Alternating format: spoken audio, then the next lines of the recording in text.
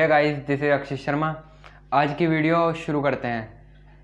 आज की वीडियो शुरू करने से पहले मैं आपको बता दूं, अगर आपने किसी ने पुरानी वीडियोस नहीं देखी हैं तो पहले वो देख कर आइए, आपके लिए बहुत ज़्यादा ज़रूरी हैं।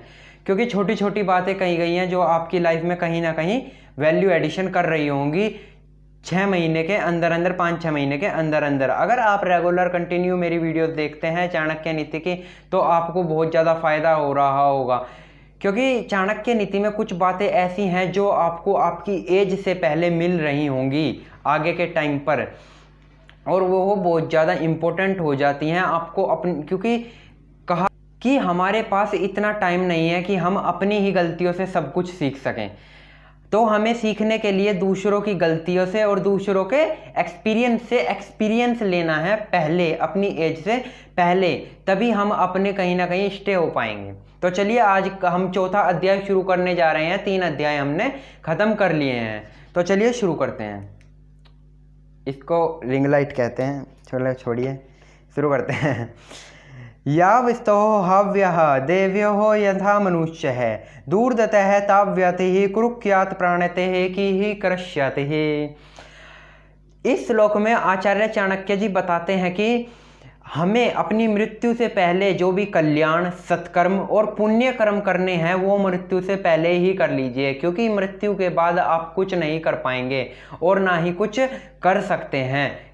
छोटी सी बात है पर बहुत ज़्यादा इम्पोर्टेंट बन जाती है कि मृत्यु के बाद इंसान क्या ही कर लेगा, उसे स्वर्ग मिलेगा, नरक मिलेगा, जो भी आप मानते हो। इस बुक को पढ़ रहे हो तो मेरे ख्याल से अच्छी तरह जानते ही होंगे।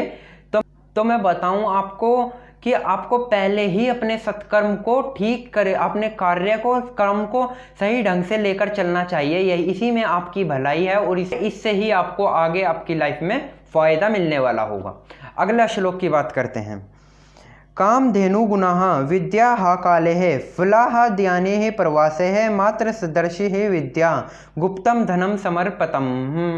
इस श्लोक में आचार्य चाणक्य जी बताते हैं कि विद्या को जहाँ तक हो वहाँ तक ग्रहण करना चाहिए, जहाँ तक आपकी क्षमता हो कुछ प्रयास कर कर आपको विद्या को ग्रहण करना चाहिए। क्योंकि यह बहुत ज़्यादा इम्पोर्टेंट है कि आप विद्या लेते रहें, आपके कहीं ना कहीं काम आती रहेगी। आप जितना ज़्यादा पढ़ाई करोगे, जितना ज़्यादा कहीं ना कहीं से समझोगे, आपके लिए उतना ही कम होगा। आपकी पढ़ने की जो जिज्ञासा होगी वो और ज़्यादा बढ़ती हुई चली जाएगी। मैं आपको बता दूं, विदेश में, अब्रोड में कहा जाता है कि जो विद्या होती है वो माता के समान होती है, माता के समान माना जाता है विद्या को। तो विद्या को हमें एक तरह से माता के समान सम्मान देना चाहिए, हमेशा उसका आदर करना चाहिए और हमेशा उसको ग्रहण करते रहना चाहिए अपने पुनः जीवन में। विद्या को छिपा हुआ धन भी कहा गया है कि जितनी हमारे अंदर विद्या है वो छिपा हुआ धन है, वो हमारे से कोई नहीं ले सकता, ना ही वो बट सकता है। तो अगले श्लोक की बात करते हैं हम लोग।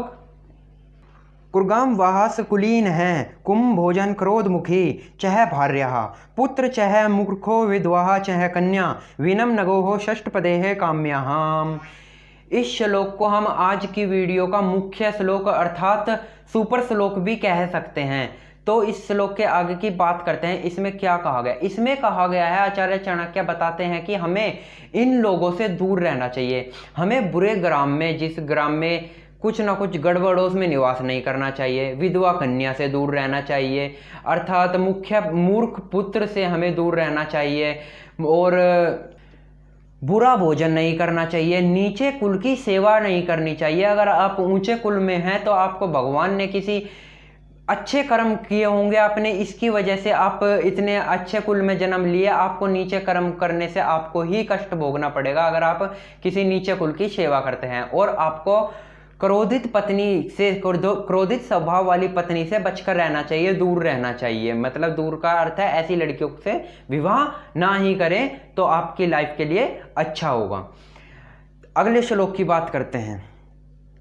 कीमतः कर्तव्य है धैन्या या विरोधी न चाप गर्भधानी कुशाग्रह पुत्रम न जातनेन यो विद्वान न भक्तिमान। उपरोक्त श्लोक में आचार्य चाणक्य एक बात कह रहे हैं। यहाँ पर कहते हैं कि ऐसे पुत्र का कोई लाभ नहीं है जो ना तो विद्वान हो अर्थात मूर्ख हो। ऐसे पुत्र को घर से निकाल देना ही अच्छा होता है, क्योंकि वहाँ पर वो नुकसान कर रहा है, अन्न का भी नुकसान कर रहा है, आपके लिए भी। उसे जल्द से जल्द आपको घर से निकाल देना चाहिए ताकि उसके ऊपर कुछ जिम्मेदारियां पड़े और वह अपनी लाइफ के बारे में कुछ ना कुछ सोचे, अपनी मूर्खता को दूर करने की कोशिश करें।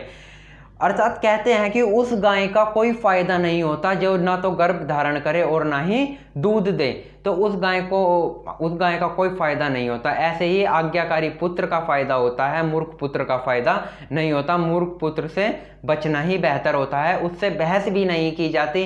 वो क्या पता आपको, अपने पिता को, अपने माता पिता को क्या जवाब दे दे, और माता पिता की सेवा नहीं करता तो सबसे बड़ी बात तो यही है कि वो अपने माता पिता की सेवा ही नहीं करता है। आज की वीडियो यहीं पर ख़त्म होती है।